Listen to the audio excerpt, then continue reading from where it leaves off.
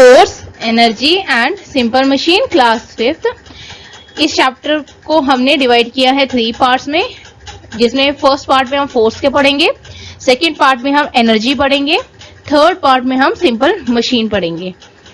एक अलग से वीडियो है जिसमें इसके क्वेश्चन आंसर्स डिस्कस किए हुए हैं, जो आप देख सकते हो। तो पहले पार्ट में हम फोर्स के बारे में पढ़ेंगे। फोर्स क्या होता है?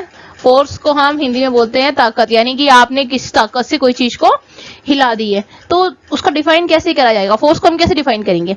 तो फोर्स इज ए पुश और पुल ऑन एन ऑब्जेक्ट। किसी भी चीज पर आपने क्या धक्का दिया हुआ है और या खींचा है, दैट इज एन फोर्स। तो what is a force? A force is a push और पुल ऑन एन ऑब्जेक्ट। अब फोर्स क्या क्या कर सकता है? Force can move an object. एक ऑब्जेक्ट को मूव कर सकता है, यानी कि आपके पास कोई एक ऑब्जेक्ट पड़ा होगा और अगर मैंने आपको यहाँ बोला कि आप इस ऑब्जेक्ट को यहाँ से वहां ले जाओ, तो आपको क्या करना होगा? आपने ऐसे हाथ चुटकी मारी और वो वहां चला जाता है। Is it possible for you? Not possible. जब तक आप उसको क्या नहीं करते हैं, धक्का नहीं देते हो, तब तक ऑब्जेक्ट मूव नहीं करता। तो force can move an object.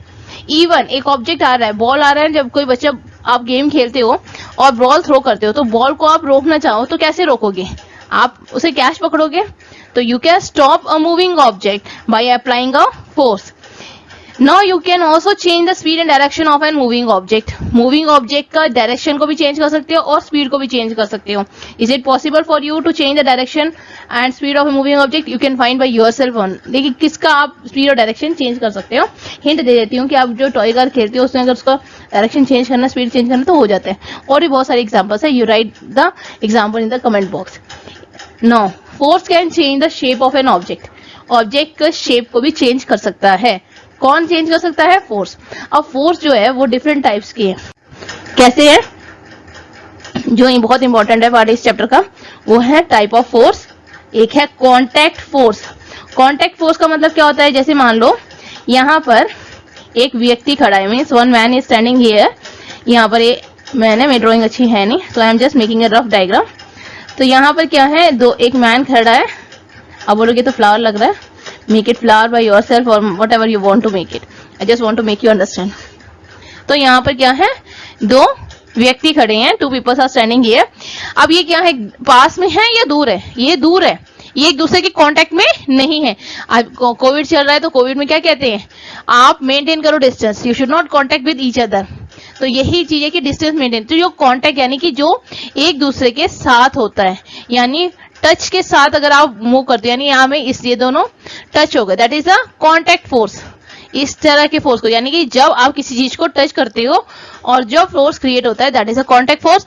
और जब आप डिस्टेंस में रहते हो, यानी कि यहाँ पर इस ऑब्जेक्ट में और इस ऑब्जेक्ट में, आप इसे ऑब्जेक्ट भी मान सकते हो, इस ऑब्जेक्ट और इस ऑब्जेक्ट के बीच का जो है वो डिस्टेंस ज्यादा है, that is a non contact force. Non contact force का एक और नाम है, वो है फील्ड फोर्स। ध्यान रखना, उसे क्या बोलेंगे हम? फील्ड फोर्स, जिसके बारे में हम आगे डिस्कस करेंगे। सो जो कांटेक्ट फोर्स है उसमें अलग अलग पार्ट है। कौन कौन से पार्ट है? एक है फ्रिक्शनल फोर्स। कौन सा फोर्स है? Frictional force. आपने 4th क्लास में भी पढ़ा हुआ है ये सारी चीजें। अगर आपको इसको भी देखना है तो एक वीडियो है, उसका लिंक मैं डिस्क्रिप्शन बॉक्स में दे दूंगी, आप एक बार उस वीडियो को भी जरूर देख लीजिए। Then muscular force. मस्कुलर यानी आपके मसल्स के फोर्स। Elastic force. इलास्टिक में किसी भी चीज को आप क्या करते हो, खींचते हो ना, तो और वापस अपने रिगेन कर लेते हो, that is an elastic force, जो अभी हम आगे डिस्कस करेंगे। नॉन कांटेक्ट फोर्स यानी फील्ड फोर्स में कौन कौन से फोर्स है? Gravitational force. ग्रेविटेशनल को टच करने की जरूरत नहीं होती। क्यों? एप्पल जो है वो फॉल करता है ना, तो क्या एप्पल में कोई फोर्स लगा के ऊपर से जाके भगवान जी आते हैं, अपने आप इसे आके खींच के ले जाते हैं? Is it possible? नहीं ना, अपने आप गिर जाता है ना वो। तो that is a non contact force. Magnetic force, magnet रख दो और साथ में आपने आयरन रख लो और उसे देखो कि 2 मिनट में कैसे मैग्नेट अट्रैक्ट कर देता है, तो that is a non contact force. तो हम डिटेल में पढ़ते हैं इसके बारे में। फ्रिक्शनल फोर्स, तो कांटेक्ट फोर्स के बारे में पढ़ा था। कांटेक्ट फोर्स क्या है? When an object touch each other, यानी कि जब एक ऑब्जेक्ट एक दूसरे को टच करेंगे, that is a contact force. जैसे कि आप किक करते हो बॉल को, ट्रॉली को पुश करते हो, लिफ्ट अ बकेट, तो वो सारे क्या है आपके कांटेक्ट फोर्स में। तो फ्रिक्शनल फोर्स के बारे में पढ़ेंगे। फ्रिक्शनल फोर्स भी आपने पढ़ा हुआ है, लेकिन इसके बारे में क्या है? फ्रिक्शनल फोर्स जो है ये 2 ऑब्जेक्ट के बीच में ही होगा, तब होगा जब वो एक दूसरे के कांटेक्ट में आएंगे। जैसे एक रफ सरफेस आपने देखा और एक स्मूथ सरफेस, यहाँ पर ये क्या है, स्मूथ सरफेस है, और ये क्या है आपका रफ सरफेस है। तो जो रफ सरफेस है उसमें आपको चलना आसान होगा या स्मूथ सरफेस में आपको चलना आसान होगा? आई थिंक दैट जो रफ सरफेस है उसमें आपको चलना आसान होता है कंपेरेटिवली टू स्मूथ सरफेस में, क्योंकि स्मूथ सरफेस में आप क्या करते हो, स्किड कर जाते हो। वो स्किड करने का कारण क्या है कि इसमें जो है वो फ्रिक्शन कम होती है।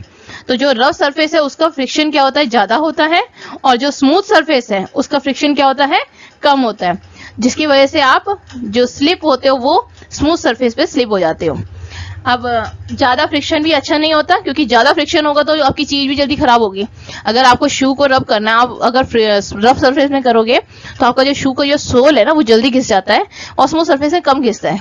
लेकिन आपको चलने में हेल्पफुल रफ सरफेस ही है, ज्यादा नहीं है। वो आप आगे पढ़ोगे कि ज्यादा होने से क्या नुकसान है क्या है, तो वो अब आपका लेवल में नहीं है, अब ये आगे क्लासेस में, हायर क्लासेस में आप इसमें पढ़ोगे। तो अब क्या है एग्जांपल्स इसके, क्या यूज क्या है फ्रिक्शन का पहले तो, क्योंकि कुछ ड्रॉबैक्स भी हैं तो कुछ उसके यूज भी है। तो फ्रिक्शन जो है टायर के हो गए, कार के हो गए, उसके बीच में हमने देखा फ्रिक्शन कैसे ग्रूव्स होते हैं उनमें। देखो जैसे यहाँ पर देखो आपको दिख रहा है ये जो टायर्स में डिजाइन बने हुए हैं ना, ये डिजाइन मेन पर्पस इसका क्या है, फ्रिक्शन क्रिएट करने हैं। जब ये वियर आउट हो जाते हैं यानी कि घिस जाते हैं ना एकदम से, तो आपको इसे चेंज करना पड़ता है, नहीं होने से ये क्या होते जाता है, आप स्किड कर जाते हो। तो ये साइकिल का हो गया, ये आपके बाइक का हो गया, स्कूटी का हो गया, कार के हो गए, सब में ग्रूव्स बने होते हैं, ऐसे बने होते हैं ना। रीजन क्या है, वो फ्रिक्शन क्रिएट करते हैं और स्मूथ सरफेस में भी आसानी से मूव कर जाते हैं। So you have to change the tyre when it wear out. जब ये चीज घिस जाती है तो आपको चेंज करना चाहिए। तो जो फ्रिक्शन है सोल ऑफ आवर फीट, या में पैरों के बीच में और ग्राउंड के बीच में, अगर उसमें फ्रिक्शन नहीं होगा तो क्या होगा, आप स्लिप करोगे। अगर आपको मैं बोल रही हूँ कि आप बेयर फुटेड मूव करो घर पे, आजकल सबके घर में टाइल्स है, जिसके नॉन टाइल वाले भी एरिया अगर आप चलते हो, तो अगर आप बेयर फुट चलते हो तो और हल्का सा उसमें क्या हो, वाटर हो, तो you are very easily skid at that surface. Why is it, why, क्योंकि वहां पर फ्रिक्शन कम हो जाता है। तो जो फ्रिक्शन अगर होगा तब आप क्या कर सकते हो, इजीली मूव कर सकते हो। जैसे शूज में जो सोल बने हुए होते हैं ना, जैसे ये देखो शू के सोल आए, ये शूज के जो सोल है इनमें कैसे बने, ये जो इसमें जो गैप बने, ये डिजाइन जो बने, ये डिजाइन नहीं बने हैं, ये जो है ये एक तरह का फ्रिक्शन क्रिएट करता है सरफेस से और शूज के बीच में, तो जिसकी वजह से आप मूव कर सकते हो। पेंसिल के लिए भी आपको क्या चाहिए, फ्रिक्शन चाहिए। अगर आप पेंसिल फ्रिक्शन नहीं होगा तो आप पेंसिल उसे नहीं लिख पाओगे। इवन इरेजर तक को भी फ्रिक्शन की जरूरत होती है। तो ये फ्रिक्शन का यूज है कि फ्रिक्शन आपको हेल्प करता है काम करने में। अब उसके क्या ड्रॉबैक्स हैं, क्योंकि तो अभी आपने देखा कि एडवांटेज क्या है, यानी यूज क्या है फ्रिक्शन की। तो प्रॉब्लम्स भी फ्रिक्शन से होते हैं। क्या क्या फ्रिक्शन से प्रॉब्लम है, फ्रिक्शन की वजह से चीजें खराब हो जाती हैं, जैसे कि शूज के सोल, टायर्स जो हैं वो भी क्या हो जाते हैं, वियर आउट हो जाते हैं। So friction causes things to wear out. Example, friction between the sole of our shoes and the ground causes the sole to wear out. Similarly, the friction between the tire of the vehicle and the road causes the tire to wear out. Friction की वजह से machine के बीच में वहां पर wear और tier होता है, और उसे अवॉइड करने के लिए उसमें लुब्रिकेशंस की जाती है। लुब्रिकेंट यानी कि ग्रीस लगाना, जैसे यहाँ पर आपको पिक्चर में दिख रहा है, ये ग्रीस लगा रहे हैं, ऑयलिंग दे रहे हैं। आप भी देखते होंगे, आपकी जो साइकिल है वो भी जब आप रेगुलर चला रहे होते हैं तो उसमें से साउंड प्रोड्यूस करता है। तो वो क्या करने होता है, क्योंकि उसके बीच के जो मशीन्स है वो क्या हो जाते हैं, डैमेज हो जाते हैं अगर आप उसमें लुब्रिकेशन नहीं करते हो। तो लुब्रिकेशन से आपकी चीज बच जाती है। ग्रीस होता है ब्लैक कलर का, जो आप देखते हो कि अपने साइकिल में, तो दैट इज अ ग्रीस। आप जो साइकिल में जो चेन होती है ना, अगर आप उसको टच करते हो तो आपके हाथ में ब्लैक कलर आ जाता है। ब्लैक कलर का कारण क्या है, उसमें ग्रीस लगा होता है। एक्सेस फ्रिक्शन की वजह से आपके लिए काम करने आपको मेहनत ज्यादा करनी पड़ती है।